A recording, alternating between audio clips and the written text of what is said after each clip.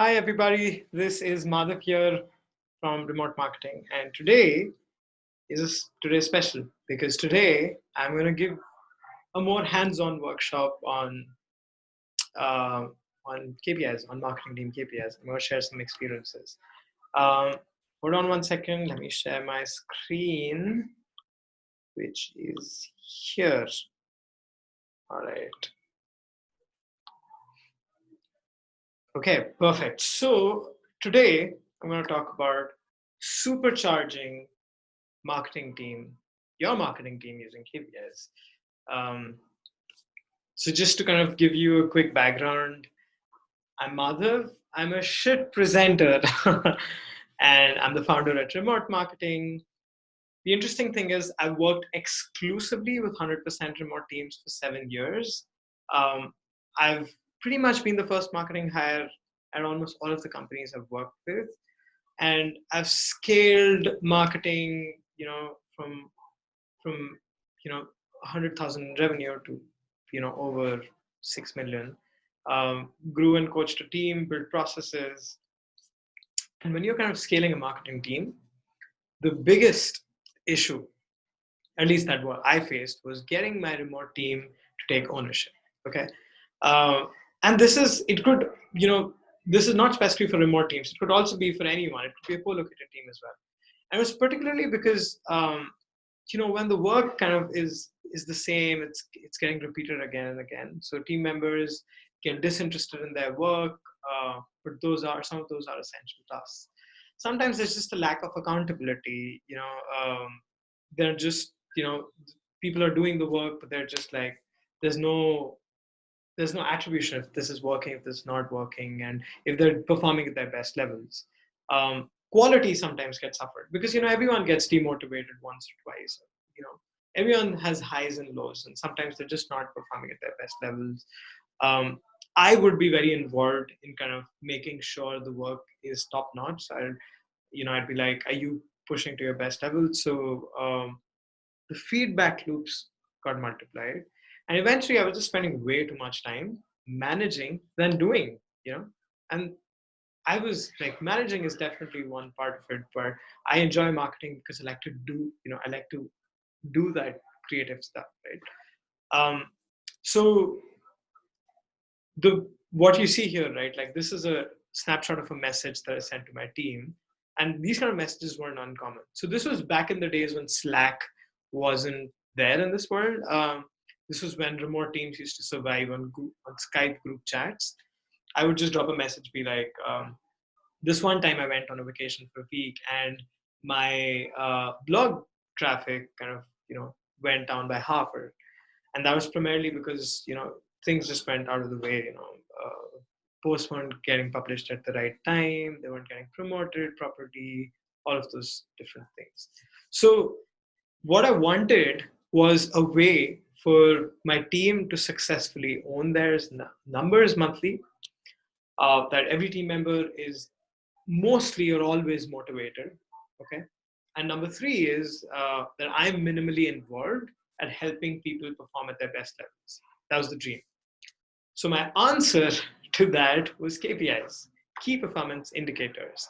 So this is just one metric or two metrics or multiple metrics to kind of define the success of every individual SaaS project, all the way down to the company's success. Okay, to see how they're performing. So just to give you an idea, here's how my KPI sheet looked. So this is from the time I used to be with a company where we had a three-layered marketing structure. Right at the top was the CEO and the CTO and like the leadership team. Reporting to them were like the department managers, and then below them were the channel managers.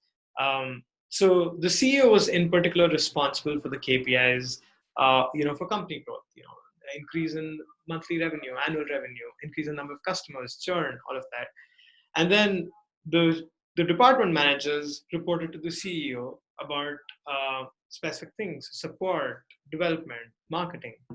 And so within marketing, we had different channels. There's social media, there's content, there's partnerships, there's ads. And so this is a snapshot of our content, our content KPIs. And we kept the KPI dashboard super simple. We didn't use like a fancy tool. We didn't care about connecting different data sources. All we were using was a good analytics tool and just good old Google Sheets. And we just manually entered the data once every month. And it just somehow works for us. Um, and the thing that I realized after I started, so I was supposed to report on these KPIs to the CEO. And what I realized was with this system, um, I used to get a lot of ownership. I'm like, I own these numbers, so I have full creative freedom to do whatever I want to grow these numbers, right? The other thing is I always have motivation to improve my numbers month over month, because I would always love to tell the story in the future that, hey, you know what, I joined the company at 5,000 visitors a month at the blog and grew it to like 100,000. So I would love to see that growth, and if there's a dip, I would love to tackle it because I own that number. The third thing was, it helps me focus on the right priorities. Because let's say, for example, this is a very stupid example, but um, let's say I've got $4,000, right? I would spend that at a conference to get, views on my blog post. I would give a talk and kind of get about that, right? On a more optimistic note, I would get like 40 visits, right? And that's pretty expensive, right? Now I could just spend $4,000 on ads and have that 40 visits be increased to I don't know how many. And that's what's about setting the right priorities. When you have to focus on, let's say, increasing the blog traffic, the KPIs really help in setting priorities, right? The fourth thing was independence in decision making, which is kind of related to giving ownership, which basically means I can decide how I want to grow these numbers as long as the numbers are growing. And that's a great thing. When you, as a marketer, you would love creative freedom, and that is something that's incredibly satisfying. And the last thing is entrepreneurial marketing. This is a term that I invented. It basically means that you should be, as a marketer, you should act like an entrepreneur, right? You should be proactive in your decisions. You should always do things for the business, and you should always be focusing on the KPIs and kind of doing things, always finding different ways, being very proactive with your growth. And so these are the ways that KPIs help me. And now, because they help me, I wanted to inculcate the same values to my team. Uh, so I'm going to share in this very short webinar or video uh, on how to set KPIs, how to implement KPIs the right way, and then kind of just show you how the results went for me, okay, when I implemented it for my team. So how to set up KPIs, it's a three-step process because everything in the world is a three-step process. But yeah, so the first step is look at the marketing channel and determine the main outcome desired, right? So let's say partnerships, right? Maybe the main outcome desired is increase in the number of trials from partnerships. Now you break down that main outcome into smaller wins. So could be partnerships from different SaaS companies. It could be in the form of giveaways. It could be partnerships in the form of integration partnerships, being listed on the marketplace of bigger companies, right?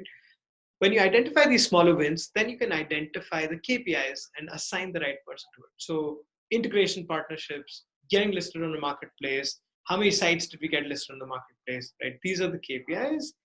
And then you can fit it to whichever fits best. Let's say traffic from influencers or partnerships from social media influencers could be something that a social media manager would really fit in, right? So yeah, just one second.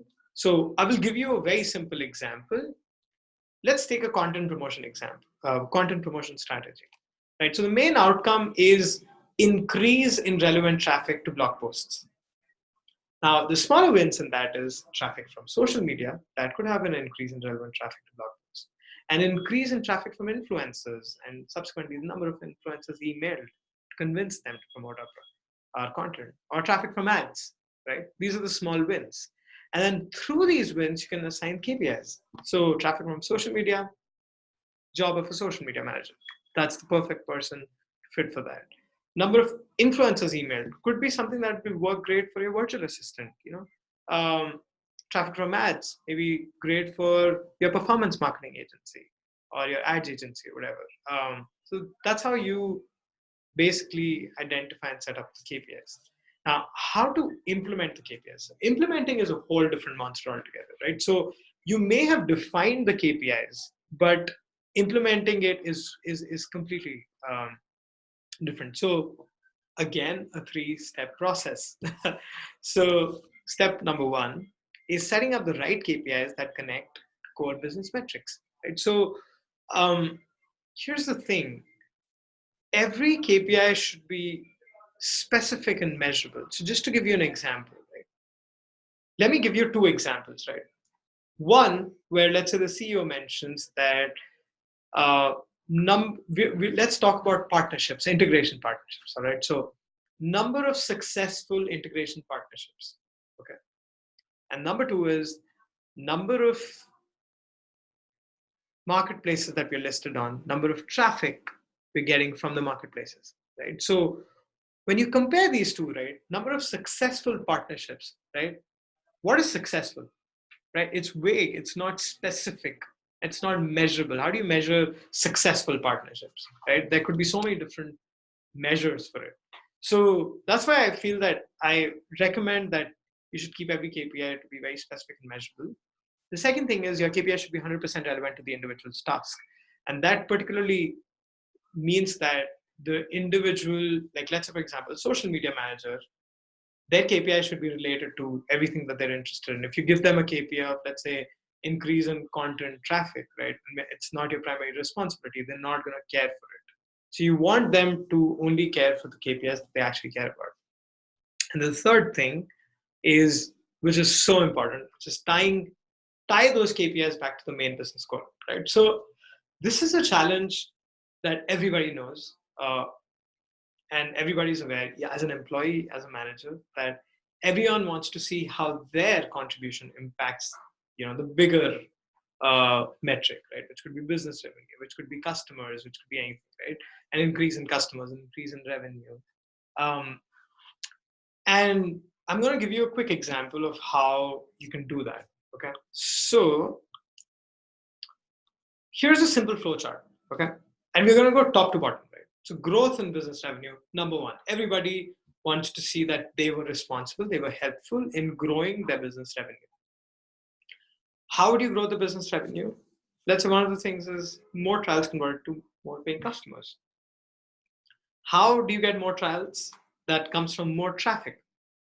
How do you get more traffic? More traffic comes from more content pieces, more SEO work done on content pieces. And or more promotion on the content, right? How do you get more promotion? When an influencer shares the content, right? How does the influencer share the content? When a marketer convinces an influencer to share the content. And how does a marketer get in touch with this influencer? When a virtual assistant collects the influencer's email and hands it over to the marketer. So now you know that the work of the virtual assistant, right, the collecting the influencer email, how it eventually affects business growth, revenue, right? And if you can show that, if you can tie back to the main business goal, it'll go a long way into motivating your team members. When they can see that if they perform to their best levels, they will be impacting the business growth, which is a huge deal, right? Yeah.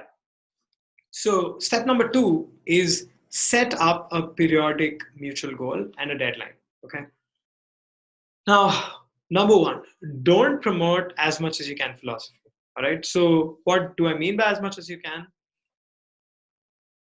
Here's an example. In quarter 2, I want the traffic to grow as much as possible, right? Or and the thing is that as much as possible, I want to get as many customers as possible from partnerships, right? That's not right. There's no way to, you would just be putting a lot of pressure. People will get tired and sick and they'll just be like, as much as you can is not defined. I don't care, right? So you need to set a specific goal. So like in quarter 2, we're going to increase the traffic from 40,000 to 50,000 visitors, right? That's measurable, that's specific. Now there's a second point to that. These goals, these these goals that you set need to be mutual. You can't be someone who can be like, I set these goals, so I'm like, you know what, we're going to increase, our goal is to increase from 40,000 to 80,000 quarter three. And then the marketer who's actually got to do the job be like, okay, no, that's not going to happen. If they know that it's not possible, they'll be like, there's no way in hell I can do that. So I might just, whatever, say yes. You don't want that. You should ask your marketer, like, okay, if you don't agree with this goal, tell me what's the right number. And then they'll give their number based on estimates. And now here's the thing, right? Goals, a good goal is something that's reachable, but extremely difficult to reach. Okay. That's the thing with a good goal, right? So when they say, give you a number which is reachable, my simple math is I just add 30% to that goal. So if they say, oh, you know what, to grow, I think a realistic goal would be to grow from 40 to 50,000 in quarter three. I'd be like, all right, we're gonna edit the goal and we're gonna actually increase it to, let's say, 53,000, right? And let's see how that works out. Just to kind of push people to kind of grow it. So yeah, that's step number two, setting up this periodic mutual goal between the team member and you, and then a deadline for it. Number three is check in biweekly on goal progress. Now, here's the thing, right? To hit your quarterly goal, if you do not hit your monthly and weekly goals, you cannot stay on track. So if you miss 1 week of hitting that goal, you will miss your quarterly goal. That's a fact, right? So you need to ensure that you're hitting your weekly goals in order for you to hit the larger goal, right? Now, the second thing is don't expect your team to hit their goals in one go. That's not going to happen. When you implement this process, it's not going to happen immediately. It's going to happen over time. But what you can do to improve that is to have bi-weekly calls where you discuss challenges, okay? So it could be like, every 2 weeks you get on a call and, discuss how their weekly KPI progress is going. If it's going upwards, you should try to understand what's causing that. If it's going downwards, you should try to figure out why that's happening and how you can, improve that. And a small tip here, record the points in the call so you can revisit them in the next few calls. So let's say you figure out a solution to improve that dip in KPI, to increase it, right?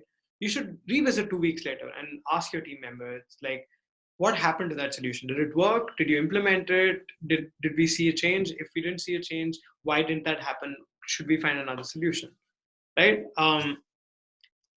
So I know this has gone for too long, so I'm going to finish this soon. But let me just give you a quick overview of how my team took to it. So I started seeing team members starting to own up their numbers when I implemented this KPI process. Okay, so I would get messages like, team members scolding me for not doing my work properly and updating a sheet. So I'm accountable as well. So that's a really good thing. Second thing is sometimes a team member would come to me and be like, I think this KPI is still not measurable and specific, and I want to amend it to give a little more clearer perspective on the work that I'm putting out, which is a great thing because now you're refining your KPIs. And sometimes I would get a team member who would just own up to their mistakes and be like, you know what, we're going to improve that next time. I didn't even send her a message about this. So that's the amazing thing. Team members start owning up their numbers because of this KPI system. The second thing is numbers start going in the right direction, which is the most important thing. So here's an example of a marketing campaign. Red represents pre-KPI era, green represents post-KPI, era. And you can see that, during the red days, it was still up and down. It was not really specific. But in green, you can see that there's this consistent growth and slowly growing. And it just worked out really great for us. And the last thing, which was, one of the three things that in my dream was that I got more freedom. I got more freedom because I saw team members owning up to their work, crushing their numbers, really being motivated, and just being really good entrepreneurial marketers. And that allowed me to focus a lot more on my tasks and on my craft and marketing. I was so happy to, for that. So yeah, that's pretty much it. That's how you set up, implement KPIs, how it worked for us. Just one small tip, just a fun tip here.